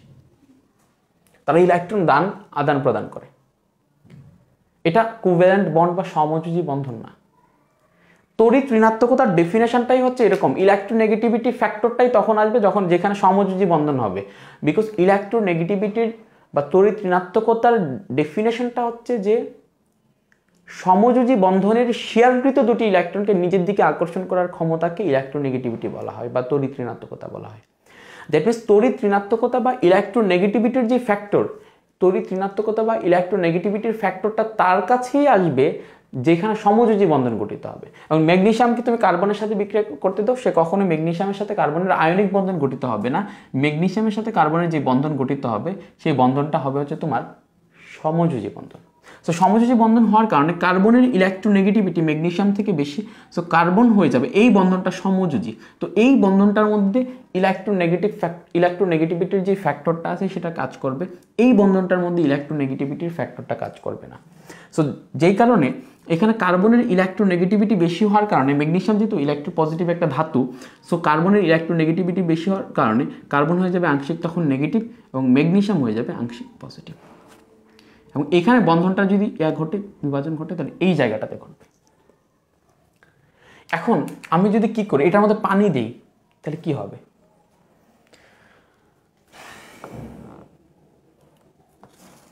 আমি যদি এটার মধ্যে পানি দিই, তাহলে আমরা আগে দেখি যে গ্রিগনার্ড বিকারক কিভাবে প্রিপারেশন করা হয়, কিভাবে প্রস্তুতি করা হয়, গ্রিগনার্ড রিয়েজেন্ট কিভাবে প্রস্তুতি করা হয় বা কিভাবে প্রিপারেশন করা হয়। গ্রিগনার্ড বিকারক প্রিপারেশন করা হচ্ছে এইভাবে যে অ্যালকাইল হ্যালাইড নেওয়া হয়, যেমন ধরো যে CH3Cl, তার সাথে নর্মালি ম্যাগনেসিয়ামের বিক্রিয়া ঘটানো হয় এবং সেটার মধ্যে দ্রাবক হিসেবে CCl4 দেওয়া হয়, পানি দেওয়া হয় না, CCl4 দেওয়া হয়, যার আলটিমেটলি কোনো পোলারিটি নাই, অর্থাৎ নন পোলার একটা দ্রাবক, CCl4 দেওয়া হয়। দেওয়ার পরে আমরা সেটা পাই CH3, Mgটা মাঝখানে ঢুকে যায়, MgCl, ঠিক আছে। তো এটা হচ্ছে আমার গ্রিগনার্ড বিকারক। এখন আমি যদি এখানে CCl4 না দিয়ে যদি আমি এখানে H2O দিতাম দ্রাবক হিসেবে, কারণ দেখো প্রত্যেকটা বিক্রিয়া ঘটার জন্য আমাকে একটা করে দ্রাবক দিতে হবে, যেটার মধ্যে সে দ্রবীভূত থাকে, সে রিয়াকশনটা সম্পন্ন করবে। তো আমি যদি এখানে CCl4 কার্বন টেট্রাক্লোরাইড না দিয়ে আমি যদি সেখানে H2O দিতাম, তাহলে কি হইতো? দেখো এখানে যদি আমি H2O দিতাম তাহলে কি হইতো, এই CH3 যে গ্রিগনার্ড বিকারক যেটা তোমার উৎপন্ন হয়েছে, সে নিজেই পানির সাথে বিক্রিয়া করে ফেলতো, দ্রাবকের সাথে বিক্রিয়া করে ফেলতো। আলটিমেটলি গ্রিগনার্ড বিকারককে আমরা গ্রিগনার্ড বিকারক রূপে পাইতাম না। এখানে যেটা হইতো সেটা হচ্ছে এখানে যে CH3 MgCl এটা পানির সাথে বিক্রিয়া করে ফেলতো, পানির সাথে বিক্রিয়া করে ফেলতো H2O, এবং H2O এর সাথে বিক্রিয়ার ধরনটা কীরকম হইতো দেখো, খুব ইজি। তোমরা অর্গানিক কেমিস্ট্রির রিয়াকশান বুঝো না দেখে খুব কঠিন লাগে, কিন্তু এই বিক্রিয়াগুলো তো খুব বেশি ইজি। এখানে CH3, এখানের এটা কি হবে আংশিক নেগেটিভ, এটা কি হবে আংশিক পজিটিভ। তাহলে এখানে CH3 পোরশনটাকে আমি নেগেটিভ দেখাই, MgCl এই পোরশনটাকে আমি কি দেখাই, পজিটিভ দেখাই। পানির মধ্যে দুইটা পোরশন আছে, একটা হচ্ছে H+ আর একটা হচ্ছে OH-। তাহলে লজিক্যাল যখন তারা বিক্রিয়া করবে তখন এখানের মাইনাস বিক্রিয়া করবে এখানের প্লাসের সাথে, এখানের প্লাস বিক্রিয়া করবে মাইনাসের সাথে। এখানে মাইনাস যদি এখানের সাথে বিক্রিয়া করে, এখানে CH3, এখানে হচ্ছে H, দ্যাট মিনস এটা আসে CH4, অর্থাৎ অ্যালকেন প্লাস। এখানে MgCl মাঝখানে OH এসে ঢুকে যাবে, MgOH-Cl। অর্থাৎ গ্রিগনার্ড বিকারক প্রস্তুতির সময় যদি কার্বন টেট্রাক্লোরাইড বা নন পোলার দ্রাবক না দিয়ে আমরা যদি পোলার একটা দ্রাবক দিই, যেমন পানি দিয়ে দিই, তখন গ্রিগনার্ড বিকারক প্রস্তুতি হওয়ার সাথে সাথে পানির সাথে বা ওই পোলার দ্রাবকের সাথে সে নিজেই বিক্রিয়া করে ফেলবে, বিক্রিয়া করে সে ভেঙে যাবে, ভেঙে গিয়ে দ্যাট মিনস আলটিমেটলি আমরা গ্রিগনার্ড বিকারককে আর গ্রিগনার্ড বিকারক রূপে পাবো না, রিয়াকশন হবে না।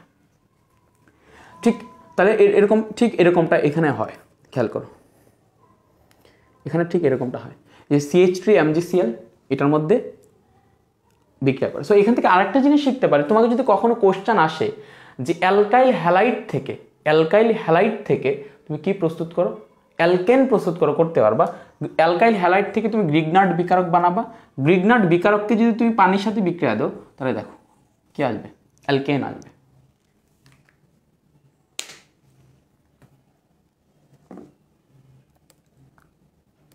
ঠিক আছে, তাহলে কি আসবে, অ্যালকেন আসবে। আচ্ছা, এমন একটা সেম কোশ্চেন আসতে পারে, এমন একটা সেম একটা কোশ্চেন আসে, এমন আরেকটা সেম কোশ্চেন আসে এরকম, এতে দেখো এতটুকু বুঝছো কিনা সবাই একটু কমেন্ট করে জানো। আরেকটা এরকম কোশ্চেন আসে, আমি আরেকটা কোশ্চেন এরকম ভাবে দেখাই দিই। উডস বিক্রিয়ায় কেন পানি ব্যবহার করা হয় না, উডস বিক্রিয়ায় কেন দ্রাবক হিসেবে পানি ব্যবহার করা হয় না? উডস বিক্রিয়ায় বুঝছো কিনা এতটুকু একটু কমেন্ট করে জানাও। তোমরা যদি কথা না বলো তাহলে কেমনে বুঝবো? উডস বিক্রিয়ায় বা উডস রিয়াকশানে বা উডস বিক্রিয়ায় কেন পানি ব্যবহার করা হয় না, কেন দ্রাবক হিসেবে পানি ব্যবহার করা হয় না? সেখানেও কার্বন টেট্রাক্লোরাইড বা নিষ্ক্রিয় দ্রাবক নিতে হয়। আচ্ছা, তো উডস বিক্রিয়ায় কেন ব্যবহার করা হয় না তুমি আগে দেখো। উডস বিক্রিয়ায় কেন পানি ব্যবহার না করার কারণটা কি? কারণটা হচ্ছে উডস বিক্রিয়াটা আগে দেখো। উডস বিক্রিয়া কি হয়, নর্মালি অ্যালকাইল হ্যালাইড না হয়, এটা একটা অ্যালকাইল হ্যালাইড, আরেকটা অ্যালকাইল হ্যালাইড না হয়, সেম টাইপের অ্যালকাইল হ্যালাইড, তার সাথে সোডিয়ামের বিক্রিয়া ঘটানো হয়। নর্মালি সোডিয়াম, এখানে একটা সোডিয়াম আর একটা সোডিয়াম, এটা থেকে। আচ্ছা আমি একটা উদাহরণ দেখাই। উদাহরণটা যেমন এখানে আর হিসেবে আমি CH3 নিলাম, CH3X বা Cl, এক্স মানে, তো এখানে নিলাম ধরো যে CH3Br প্লাস, এখানে আরেকটা নিলাম CH3Br প্লাস, এখানে নিলাম Na, এখানে নিলাম Na। আচ্ছা, তো প্রোডাক্ট কি হবে? প্রোডাক্ট হবে এখানের যে আর এখানের আর বিক্রিয়া করবে, সো আর এবং আর বিক্রিয়া করে ফেলবে, তার সাথে এখানের একটা N এখানের একটা এক্সের সাথে হাইড্রোজেনের সাথে বিক্রিয়া করবে, সো NaX হবে প্লাস এখানের আরেকটা N এখানের আরেকটা এক্সের সাথে বিক্রিয়া করবে, আরেকটা NaX হবে। সো আমরা এটা লিখতে, এখানে কি প্রোডাক্ট পাবো আমরা? CH3 আর CH3 কে কানেক্ট করে দাও, CH3 প্লাস আরেকটা অ্যালকেন পাবো, প্লাস কি পাবো? NaBr প্লাস NaBr, সো আমি লিখতে পারি 2NaBr। আচ্ছা, এটা হচ্ছে উডস রিয়াকশন। তুমি দেখা দিতে পারো উডস রিয়াকশনটা, দেখা যায় তুমি বলতে পারো এখানে দ্রাবক হিসেবে আমরা কেন পানি ব্যবহার করি না, কেন আমাদেরকে নিষ্ক্রিয় দ্রাবক ব্যবহার করতে হয়, CCl4 ব্যবহার করতে হয়? সেটা একটা কজ হচ্ছে তুমি এখানে সোডিয়াম দিচ্ছ বিক্রিয়ার মধ্যে, সোডিয়াম, এটা দিকে মাথায় রাখো। এটা কত নম্বর পর্যায় সারণী, কত নম্বর গ্রুপে অবস্থিত? 1 নম্বর গ্রুপে অবস্থিত। HLi, এইচটাকে হাইড্রোজেনটাকে বাদ দাও, Li, Na, K, Rb, CSFr। এই 1 নম্বর গ্রুপের যে ক্ষার ধাতুগুলো আছে তারা কিন্তু হাইলি রিয়েক্টিভ। সোডিয়াম, তার শেষ কক্ষপথের সোডিয়ামের ইলেকট্রন বিন্যাস করো, তাহলে 1s2 পাই, 2s2 পাই, 2p6 পাই, 3s1 পাই। সে যদি শুধুমাত্র 3s1 তার শেষ কক্ষপথের একটা ইলেকট্রনকে সে দান করতে পারে, তাইলে সে নিষ্ক্রিয় গ্যাসের ইলেকট্রন বিন্যাস অ্যাচিভ করতে পারে। So it is highly reactive, এটা খুব বেশি সক্রিয়, যার তার সাথে বিক্রিয়া করে ফেলে। সোডিয়ামকে তুমি বাতাসে রাখলেও বাতাসের সাথে সে, বাতাসের উপাদানের সাথে সে বিক্রিয়া করে ফেলবে। এই জন্য নর্মালি আমরা সোডিয়ামকে বাতাসেও রাখতে পারি না, সোডিয়ামকে রাখতে হয় হচ্ছে তোমার কেরোসিনের নিচে। কেরোসিনের নিচে যদি রাখে তখন ওই কেরোসিনটা তো নিষ্ক্রিয় দ্রাবক, একটা মানে অপোলার দ্রাবক, সো সেটার মধ্যে বাতাস গিয়ে ওই টাচটা পায় না সোডিয়াম, সো সোডিয়ামটা মোটামুটি সংরক্ষিত থাকে। সোডিয়াম বা লিথিয়াম এদেরকে যদি তুমি পানিতে ছেড়ে দাও, এরা এতটাই হাইলি রিয়েক্টিভ যে ওই পানিতে তারা এত কুইকলি রিয়েকশন ঘটাবে যে ওই জায়গাটাতে পুরোপুরি বিস্ফোরণ করবে বোমার মতো। সো তুমি চিন্তা করো, উডস রিয়াকশনে তুমি সোডিয়ামকে নিতেছো বিক্রিয়া করার জন্য, সেখানে তুমি নিষ্ক্রিয় দ্রাবক না দিয়ে তুমি সেখানে পানি দিলা, what will be the fate? এখানে এই পানির সোডিয়াম আর কোনো কিছু ওই এইগুলোর সাথে বিক্রিয়া করার কোনো মাথা ব্যথাই নেই, ও দেখবে যে ওই পানিটা আছে, পানির সাথে বিক্রিয়া করবে। তো তখন এই সোডিয়াম অ্যালকাইল হ্যালাইডের সাথে বিক্রিয়া না করে পানির সাথে বিক্রিয়া করে ফেলবে। পানির সাথে বিক্রিয়া করে ফেলার কারণে তখন সেখানে এটা যেহেতু হাইলি রিয়েক্টিভ, বিস্ফোরণও ঘটতে পারে। এই জন্য সেখানে কি করা যাবে না, পানি ব্যবহার করা যাবে না, নিষ্ক্রিয় দ্রাবক ব্যবহার করতে হবে। তাহলে এই দুইটা কোশ্চেন খুব ইম্পর্টেন্ট আসতে পারে, যে গ্রিগনার্ড রিয়েজেন্ট কি, গ্রিগনার্ড রিয়েজেন্ট প্রিপারেশনের সময় কেন পানি ব্যবহার করা হয় না, আরটা আসতে পারে উডস রিয়াকশনে কেন পানি ব্যবহার করা হয় না, দুইটার মধ্যে কেন নিষ্ক্রিয় দ্রাবক ব্যবহার করা হয়। অথবা কোশ্চেনগুলো এরকমভাবে আসতে পারে, গ্রিগনার্ড রিয়েজেন্ট প্রিপারেশনের সময় কেন আমরা কার্বন টেট্রাক্লোরাইড বা নিষ্ক্রিয় দ্রাবক ব্যবহার করি, উডস রিয়াকশনের সময় কেন আমরা কার্বন টেট্রাক্লোরাইড বা নিষ্ক্রিয় দ্রাবক ব্যবহার করি।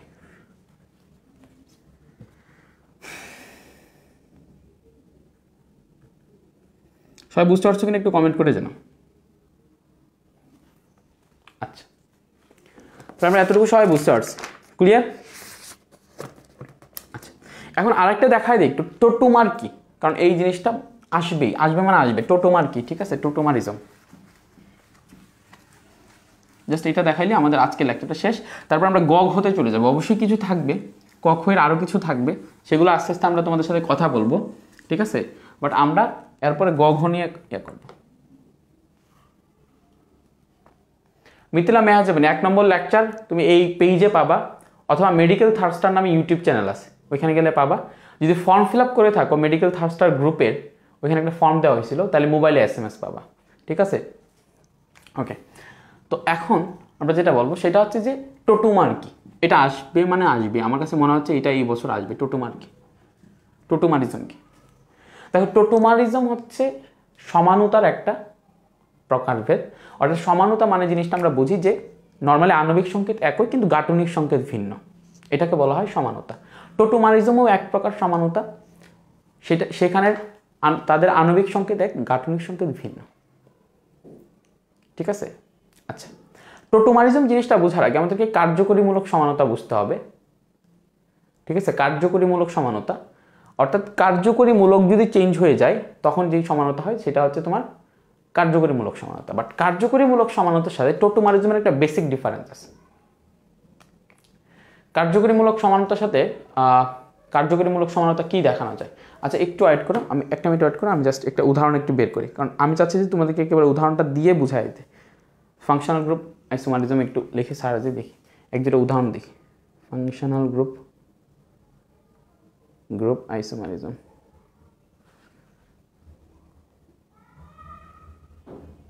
আচ্ছা, তো এখানে ফাংশনাল গ্রুপ আইসোমারিজমের মধ্যে দেখো একটা হচ্ছে তোমার এরকম, ধরো যে আমার ইথানল ছিল CH3 দেন CH2OH, এটার গাঠনিক সংকেত যদি আমি লিখি, আর হচ্ছে তোমার মিথক্সিমিথেন অর্থাৎ এখানে CH3 মাঝখানে O দেন মানে ডাইমিথাইল ইথার আর কি, CH3 CH3।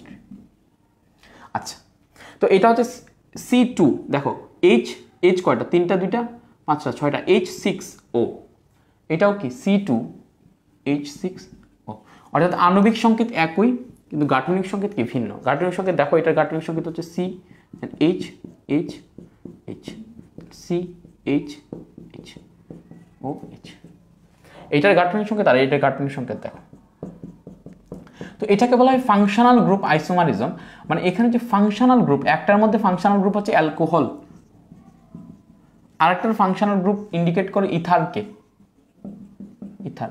সো এখানে ফাংশনাল গ্রুপ চেঞ্জড, সো এটাকে বলা হয় ফাংশনাল গ্রুপ আইসোমারিজম। যে আইসোমারিজমের গাঠনিক সংকেত এক কিন্তু আণবিক সংকেত এক কিন্তু গাঠনিক সংকেত ভিন্ন, এবং দুইটা ভিন্ন গাঠনিক সংকেতের মধ্যে দুইটা ভিন্ন কার্যকরীমূলক লক্ষ্য করা যায়, সেটাকে বলা হয় ফাংশনাল গ্রুপ আইসোমারিজম। আচ্ছা, functional group আইসোমারিজমের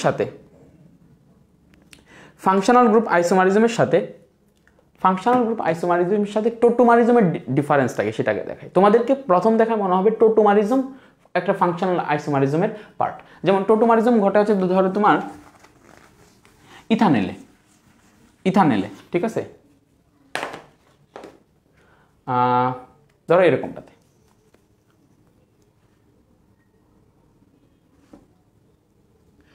CH3 C double bond H। একটু অ্যাড করো, আমি উদাহরণটা একটু বের করি। টোটোমার কাকে বলে এখানে কোনো কিছু বলে নাই, আমি উদাহরণটা একটু বের করি, একটু অ্যাড করো।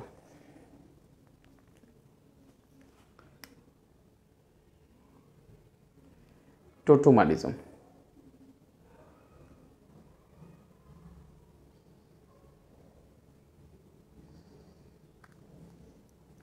খেয়াল করো, এখানে হচ্ছে কিটু ইনল হবে, কিটু ইনল দিই, বাট বেসিক ডিফারেন্সটা বোঝায়। এখানে হচ্ছে তোমার CH3 দেন C দেন O দেন এখানে হচ্ছে CH3, এইটা থেকে আর হচ্ছে তোমার CH3 C দেন OH ডাবল বন্ড CH2, এই দুইটা হচ্ছে তোমার টোটোমার, এই দুইটা হচ্ছে একটা একটা টোটোমার। আমি আগে বুঝাই যে ফাংশনাল গ্রুপ আইসোমারিজম আর এই টোটোমারিজমের মধ্যে বেসিক ডিফারেন্সটা কোন জায়গায় দেখো। দেখো এইদিকে একটা গ্রুপ আছে যেটা হচ্ছে কিটুন গ্রুপ, এদিকে একটা গ্রুপ আছে যেটা হচ্ছে অ্যালকোহল, যেটা ইন্ডিকেট করে যেটা হচ্ছে কি অ্যালকোহল বা হাইড্রোক্সিল গ্রুপ, এবং দুইটার আণবিক সংকেত এক। দেখো এইদিকে C3 H কয়টা, 6টা, O কয়টা, একটা। এটা কি C3 1 2 3, H কয়টা, 3টা 4টা 5টা 6টা, H6 একটা O। তাহলে তোমাদের মনে হইতে পারে যে ভাই এটাও তো ফাংশনাল গ্রুপ আইসোমারিজম, কারণ এখানেও আণবিক সংকেত এক, গাঠনিক সংকেত ভিন্ন এবং তাদের কার্যকরীমূলক ভিন্ন বা ফাংশনাল গ্রুপ ভিন্ন, সেই জন্য সেটা ফাংশনাল গ্রুপ আইসোমারিজম বা কার্যকরীমূলক সমানতা। বাট বেসিক ডিফারেন্সটা হচ্ছে যে টোটোমারিজম হচ্ছে one type of functional group isomerism ধরা যায়, বাট ডিফারেন্সটা হচ্ছে টোটোমারিজমে একটা রাসায়নিক সাম্যাবস্থা ক্রিয়েট হয়, অর্থাৎ নর্মালি তুমি যদি অ্যালকোহলকে রেখে দাও সে অ্যালকোহল আকারেই থাকবে, সে ইথার হবে না, ইথারে সে অটোমেটিক্যালি কনভার্ট হবে না। ইথার অন্য একটা জায়গায় আছে, ডাইমিথাইল ইথারকে আনলা, আর একটা আমার কাছে একটা ইথানল আছে, ইথানলকে আনলাম, দুই জগতের জিনিস আয়না দেখলাম যে দুইটার গাঠনিক সংকেত এক, আণবিক সংকেত এক, গাঠনিক সংকেত ভিন্ন, এই জন্য দুইটাকে আইসোমার বলছে। অর্থাৎ দুইটা হচ্ছে আইসোলেটেড জিনিস, একটা থেকে আরেকটা অটোমেটিক্যালি ক্রিয়েটেড হয় না, স্পন্টিনিয়াস ক্রিয়েশন হয় না, একটা থেকে আরেকটা স্পন্টিনিয়াস কনভার্সন হয় না। বাট টোটোমারিজমের স্পেশালিটিটা কি, টোটোমারিজমেও সেখানে ফাংশনাল গ্রুপ চেঞ্জ হয়, সেটা হচ্ছে ফাংশনাল গ্রুপ আইসোমারিজমের একটা ধারণার মতন, কিন্তু ডিফারেন্স ইজ দ্যাট টোটোমারিজমে তুমি যেই আইসোমারটাকে দেখতেছো সেই আইসোমারটা তুমি যদি এখানে কিছুটা কিটুন রেখে দাও, এখানে যদি এরকম কিছুটা কিটুন রেখে দাও, একটু পরে গিয়ে দেখবা যে এই কিটুনের কিছু অংশ এই এতে কনভার্ট হয়ে গেছে, এই অ্যালকোহলে কনভার্ট হয়ে গেছে, এখানে কিটুনের কিছুটা অংশ এই অ্যালকোহলে কনভার্ট হয়ে গেছে, বা কিটুনের 50% অংশ অ্যালকোহলে কনভার্ট হয়ে গেছে। দ্যাট মিনস এখানে যেই দুইটাকে আইসোমার বলতেছি, যেই দুইটাকে সমানও বলতেছি, সেই দুইটা সমানও একটা আরেকটা কনভার্টেবল। তুমি একটাকে রেখে দাও, সে স্পন্টিনিয়াসলি আরেকটা ক্রিয়েট করে দিবে, বাট তুমি যদি এখানে অ্যালকোহল রেখে দাও সে কখনোই তোমাকে ইথার তৈরি করে দিবে না। ধরো আমি তোমাকে বলি, দেখো, ধরো আমি একজন বাংলাদেশের মানুষ, ইন্ডিয়ার আরেকজন মানুষ, ঠিক আছে, বা ইন্ডিয়ার আরেকটা ধরো যে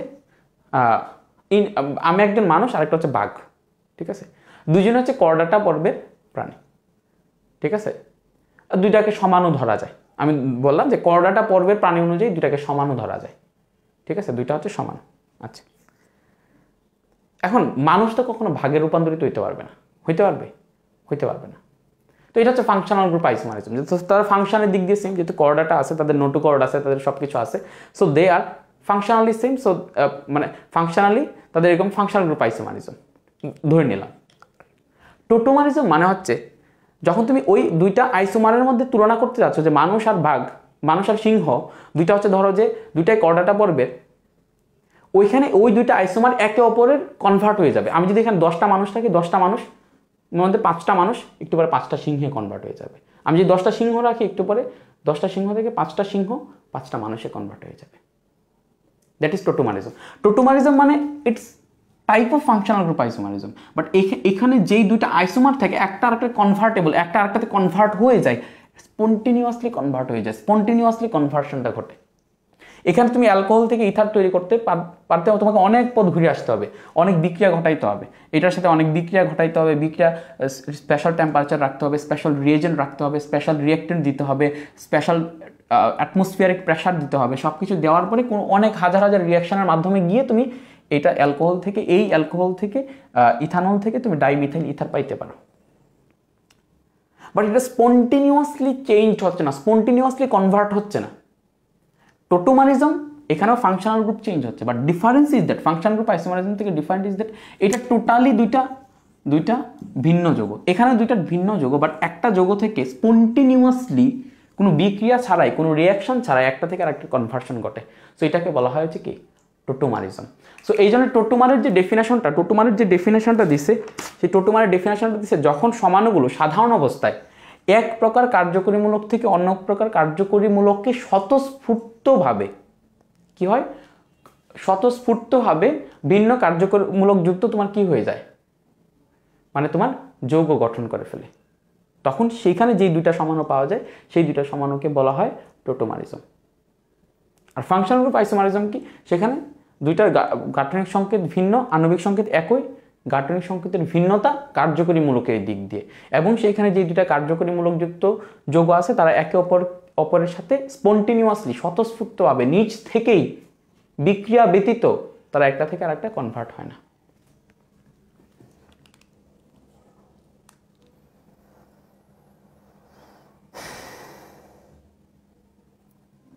ঠিক আছে, তাহলে সবাই বুঝতে পারছো? তাহলে এইগুলা আসতে পারে, টোটোমারের ডেফিনেশন আসতে পারে। আমি আশা করি ডেফিনেশনটা আর তোমাদের মুখস্থ করতে হবে না। তাহলে আমরা কালকে থেকে গ শুরু করে দিতে পারি। কখতে যদি আরও কিছু জায়গা আছে সেগুলো আস্তে আস্তে দেখাই দেবো, নাহলে আগামী লেকচারে আমরা আগামী লেকচারটা আগামীকালকে রাত্রে 10টাতেই হবে। আগামীকালকে লেকচারও মানে সেম টাইম রাত্রে 10টাতেই হবে, ঠিক আছে? ওকে, থ্যাংকস ফর ওয়াচিং।